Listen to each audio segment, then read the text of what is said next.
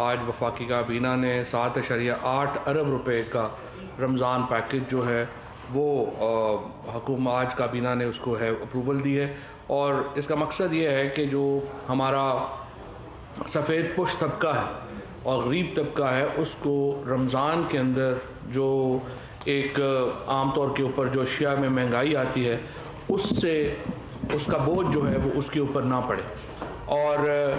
پوری جو اس وقت پرائم منسٹر صاحب کا اگر سب سے زیادہ وقت صرف ہوتا ہے تو وہ مہنگائی کو نیچے لانے کی جو کوششیں ہیں اس کے اوپر صرف ہوتا ہے. اور ہمیں اتنی تباہ حال معیشت ہمیں ملی تھی کہ باوجود تمام کوششوں کے اور یہ جو قرضوں کا اتنا بڑا بوجھ پاکستان کے اوپر ہے اس سے نبٹنا آسان نہیں ہے. اور اس کے باوجود وزیر اعظم صاحب کی پوری یہ کوشش ہے کہ اس کو ہم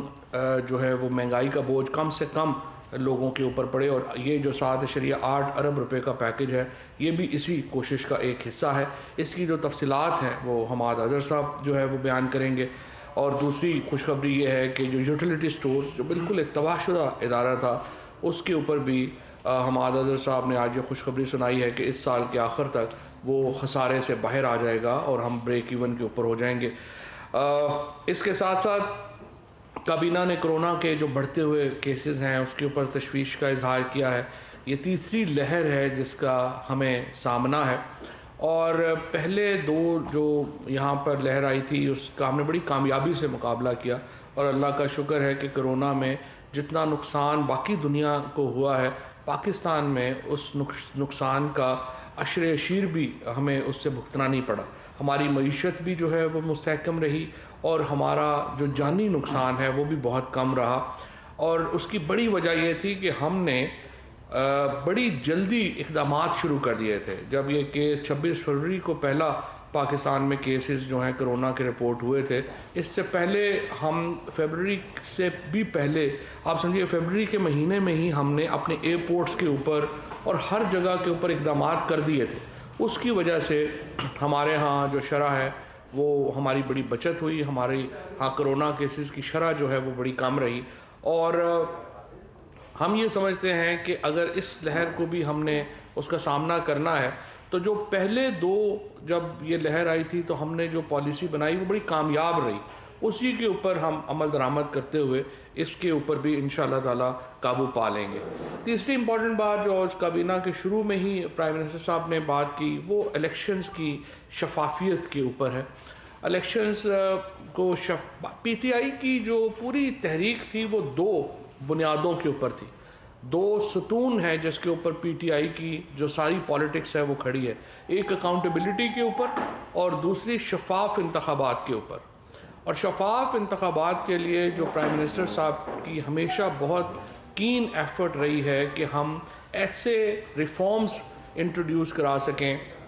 ایسی اصلاحات ہم انٹروڈیوس کرا سکیں جس کے ذریعے شفاف الیکشن جو ہے وہ ممکن بنایا جا سکے. ای وی ایم مشینز جو الیکٹرک مشینز ہیں اس کے اوپر وزیر اعظم صاحب نے یہ تلقین کی ہے اور ہدایت کی ہے کہ ہر ہفتے کابینہ کو یہ بتایا جائے گا کہ وہ کس سٹیج کے اوپر ہیں اور وہ ان میں جو شرائط ہیں وہ ہم کس حد تک لا چکے ہیں، اور جلد از جلد ہمارا جو مینول سسٹم ہے الیکشن کا اس کو ہم کتنی جلدی مشین کے اوپر لا سکتے ہیں تاکہ کوئی بھی جماعت یہ نہ کہہ سکے کہ ایک دھاندلی ہوئی ہے الیکشن میں. ویسے تو آپ نے دیکھا ہی ہے کہ ایک طبقہ ہے جس نے ماننا ہی نہیں ہے. جیسے ہمارے یہاں پی ڈی ایم کی جو میٹنگ ہو رہی ہے یہ سارے بیچارے جو ہیں وہ بیٹھے ہوئے ہیں، سیاسی یتیم بیٹھے ہوئے ہیں، انہوں نے تو کوئی بات ماننی نہیں ہے. ہمارا مقصد یہ ہے کہ عوام کا جو ایک نقطہ نظر ہے اس حوالے سے پتہ ہو کہ اب جو الیکشنز ہیں وہ صاف اور شفاف ہوئے ہیں. پھر بڑے پیمانے پر جو مالی نقصان کرنے والے ہمارے ادارے ہیں، اوورآل تقریباً 85 ہمارے جو اسٹیٹ اونڈ انٹرپرائزز ہیں ان میں سے 51 اب جو ہیں وہ منافع میں ہیں. اور جو بڑے اس وقت نقصان ہو رہے ہیں جہاں پہ ریلویز ہے، پی آئی اے ہے، سوئی سدرن ہے، پشاور الیکٹرسٹی ہے، جینکو 3، ناردرن پاور ہے، اس کے بارے میں پرائم منسٹر صاحب نے حکم دیا ہے کہ ان کا فورینزک آڈٹ کروایا جائے اور جلد از جلد فائنانس منسٹری جو ہے وہ آ کے بتائے کہ اس کی جو اتنے بڑے نقصانات ہیں وہ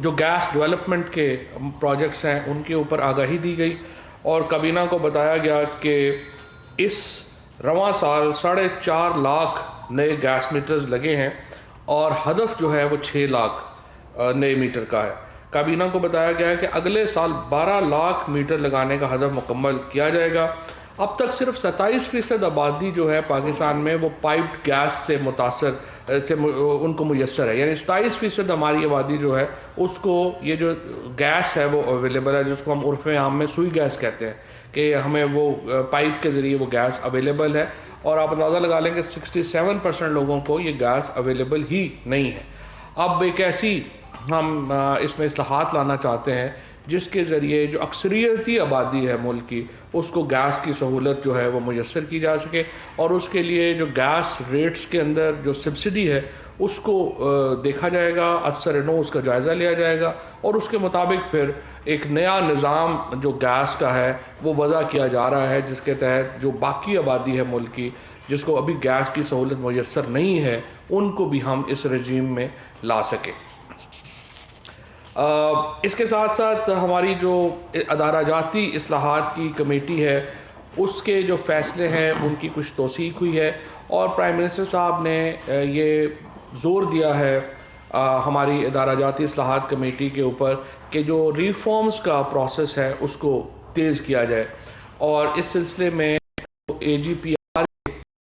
ہیں ان کے اوپر خصوصاً آج ڈاکٹر ارشد صاحب نے بتایا کہ یہ جو آڈٹس تھے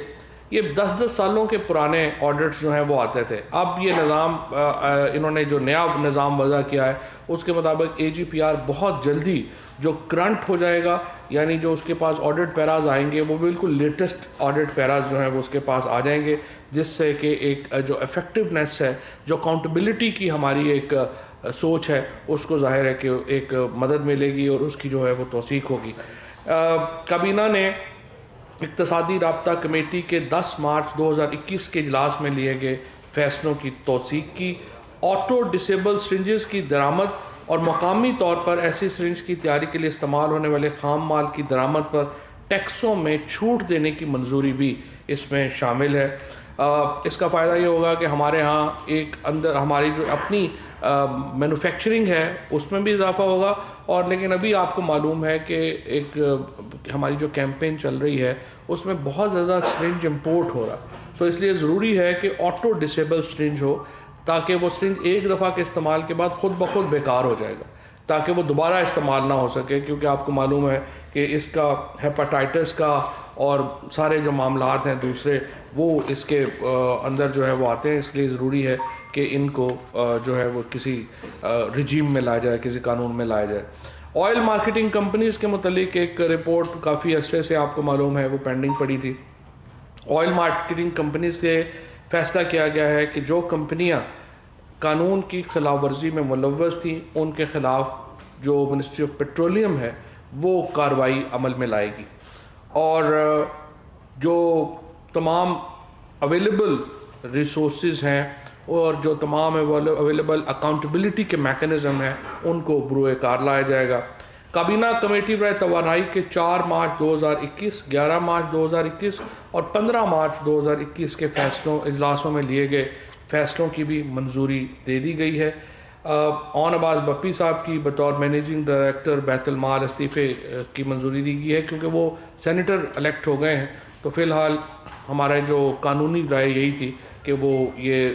جو بیت المال کے سربراہ وہ نہیں رہ سکتے، لہٰذا ان کا استعفیٰ جو ہے وہ منظور کر لیا گیا ہے۔ کابینہ نے وزیر اعظم عمران خان کے پروگرام کوئی بھوکا نہ سوئے کی افادیت کو سراہتے ہوئے کہا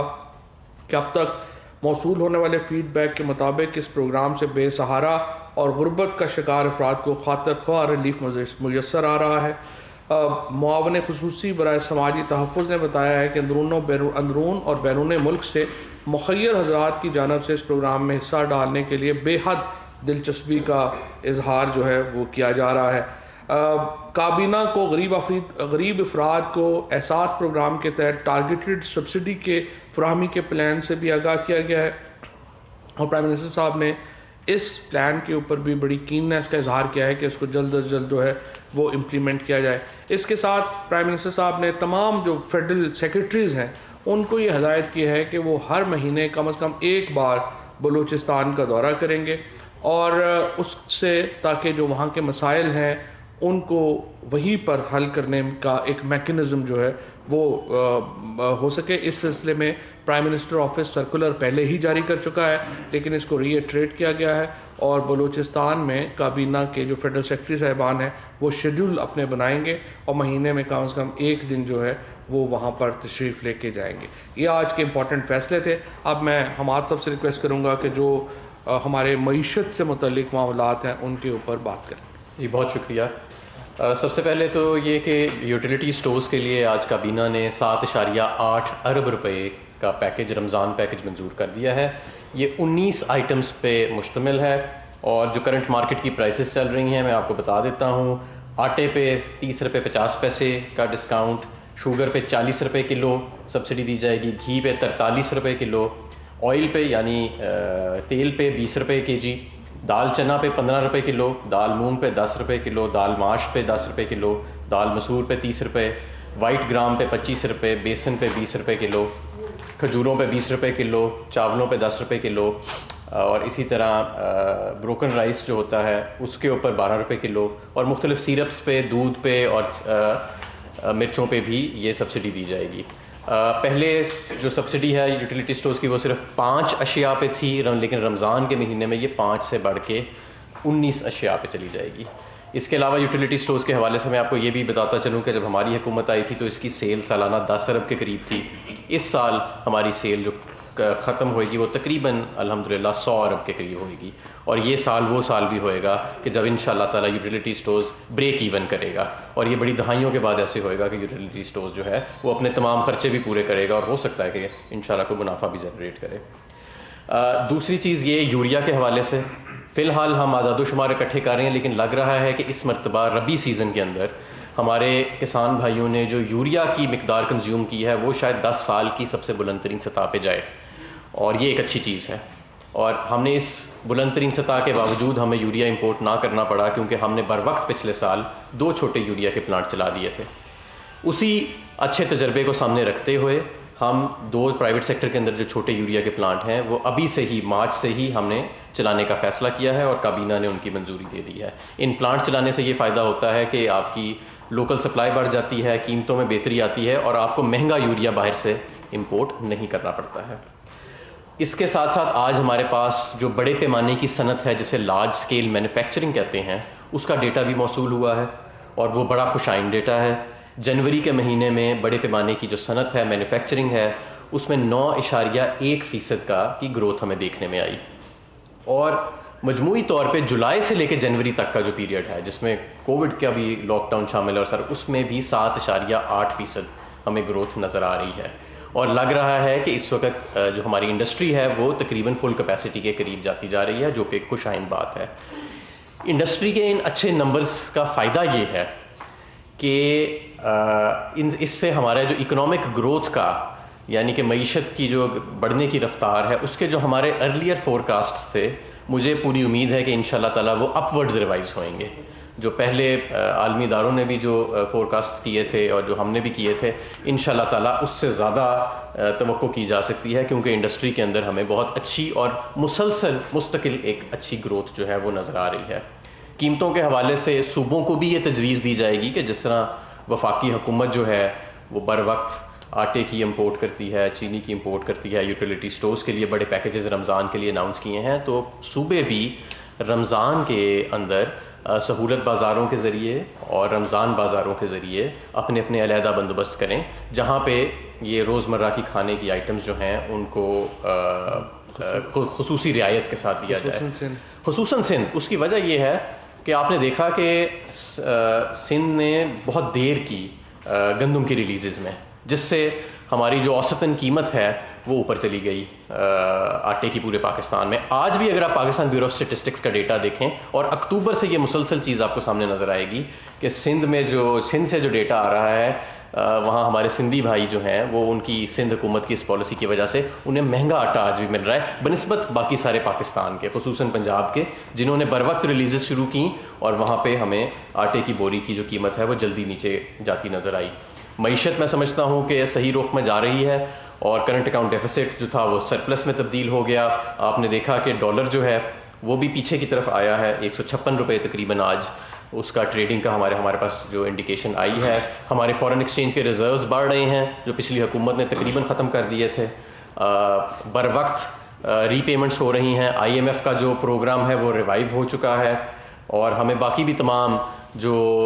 ایکسپورٹرز کے اندر ہمیں بہت زیادہ ایک ایکسائٹمنٹ نظر آ رہی ہے. ہمیں نئے ایکسپورٹ کے ایونیوز کھلتے نظر آ رہے ہیں, اور جیسے کہ میں نے آپ کو ڈیٹا دیا بڑے پیمانے کی صنعت کا, تو اس کے اندر بھی ہمیں اب 9% کے قریب گروتھ جنوری میں دیکھنے میں آئی, جو کہ بہت خوش آئند ہے. اس سے روزگار بھی پیدا ہوئے گا, اس سے معیشت کا پہیہ بھی چلے گا, اور ملک کی پیداوار بھی بڑھے گی. بہت شکریہ. جی فواد صاحب, دو سوال ہیں. ایک تو شبلی صاحب آ جائیں نہیں, ان کا بھی بتا دیں کہ وہ کب دوبارہ سے ان کا نوٹیفکیشن ہو رہا ہے یا کوئی چینج آ رہا ہے اس میں. دوسرا آپ نے ایک وہ آئٹم ایک بتایا ہے اسلحے کے لائسنس کے حوالے سے, پبلک کو تو بین کیا ہوا ہے, مطلب اگر کسی کو ضرورت بھی ہے. اور یہ جو 6 افراد کو آپ نے 10-12 لائسنس اپروو کیے ہیں جس میں وزیر اعلیٰ پنجاب بھی ہے, تو کیا یہ اس میں وجوہات بتائیے, یہ اپنے آپ کو غیر محفوظ سمجھ رہے تھے یا مزید ویپنائزڈ ہونا چاہ رہے تھے, کیا بتائیں؟ دیکھیں, پہلی بات تو یہ ہے کہ شبلی فراز صاحب کا پروسیس جو ہے وہ چل رہا ہے. فیصل واڈا صاحب بھی ہیں, شبلی فراز صاحب بھی ہیں, یہ پروسیس میں ہیں, اور جو ہی یہ پروسیس مکمل ہو جائے گا تو ہم آج جو ہے وہ ادھار کے اوپر کام کر رہے ہیں. شبلی فراز صاحب بھی واپس آئیں گے. دوسری بات یہ ہے کہ جو آپ نے اسلحہ لائسنس کا کہا, میں آپ کی بات سے بالکل اتفاق کرتا ہوں. اس میں 100% جو ہے ایک پالیسی جو ہے ہونی چاہیے, اور پرائم منسٹر صاحب نے بھی آج یہی کہا ہے. ایک پالیسی جو ہے وہ انٹیریئر منسٹری کو کہا گیا ہے کہ وہ اسلحہ لائسنس کے حوالے سے بنائے, اور جن لوگوں کا پھر یہ رائٹ بنتا ہے ان سب کو ملے گا. اور انشاءاللہ تعالیٰ یہ بڑی جلدی امید ہے کہ اسی چند ہفتوں میں انٹیریئر منسٹری جو ہے اس کو فائنلائز جو ہے وہ کر لے گی. وہاں کامران صاحب سما سے. فواد صاحب, سعودی عرب کے الجمعیہ گروپ کے سربراہ پاکستان میں تھے, اور اہم شخصیات سے میں نے ملاقاتیں بھی کی ہیں کہ الیکٹرک کے حوالے سے کیا ان کو کوئی گرین سگنل ملا ہے کہ الیکٹرک کو چینی کمپنی کو فروخت کرنے کے حوالے سے؟ دوسرا, کیا واجبات کا مسائل بھی حل ہو گیا حکومت اور الیکٹرک کے درمیان؟ یہ اس کا آپ کو بہتر جواب جو ہے وہ پاور ڈویژن کے جو حکام ہیں وہ دے دیں گے, کیونکہ ہم اگر کوئی ایسی بات کریں تو وہ اس میں کوئی نئی کمپلیکیشن نہ آئے. سر, پہلے تو کیبنٹ کی ایک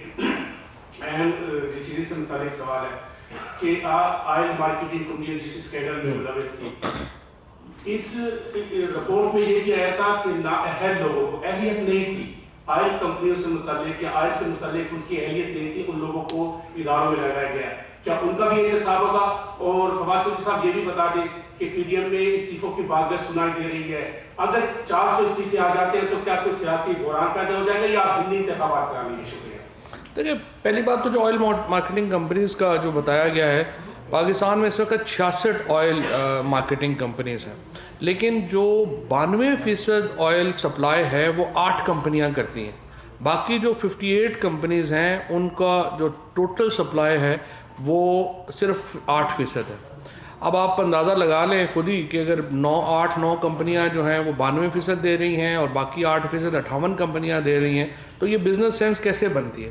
اور یہ سارے جو پیچھے لائسنس دیے گئے پچھلی حکومت کے اندر جو جس قسم کی پالیسیز بنائی گئی ہیں, انفارچونیٹلی اب کہتے تو ہیں ہم کہ آپ بار بار یہی بات کرتے ہیں, پچھلی حکومت کے اوپر ڈالتے ہیں, لیکن اور کیا کیا جائے؟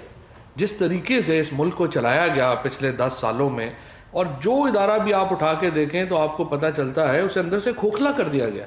چاہے وہ آپ کا پیٹرولیم کے ادارے ہوں, چاہے آپ کے PIA ہو, چاہے آپ کا PTV ہو, چاہے آپ کے باقی ادارے ہوں, آپ کو بالکل اس میں نظر آتا ہے. اور یہ اور بڑی ہم نے کامیابیاں لی ہیں, جس طرح ابھی حماد صاحب نے آپ کو یوٹیلیٹی سٹورز کا بتایا. ہم تو پوری کوشش کر رہے ہیں اداروں کو اپنے پاؤں کے اوپر کھڑا کرنے کا, اور یہی جو آئل مارکیٹنگ کمپنیز ہیں ان کے ساتھ بھی ہماری یہی کوشش ہوگی کہ ہم اس کو نظام کو بہتر کر سکیں, اور کم از کم فیوچر کے لیے جو ہمارے معاملات ہیں وہ بہتر ہو سکیں. اور یقینی طور کے اوپر اس میں جب یہ تحقیقات کی جو رپورٹ ہے اب وہ متعلقہ ایجنسیز کو جائے گی, تو جو لوگ اس میں ملوث ہیں ان میں آئے گا. PDM کا بہت سا بھی بتائیے گا کہ PDM کا اجلاس ہے, اگر لانگ مارچ کا وہ فیصلہ کرتے ہیں تو حکومت کی کیا پالیسی ہوگی, وہ کون دیں گے, روکیں گے؟ اور ہمارے ساتھ یہ بتائیے گا کہ یوٹیلیٹی سٹورز کو پچھلے سال بھی بڑے پیکیجز دیے گئے,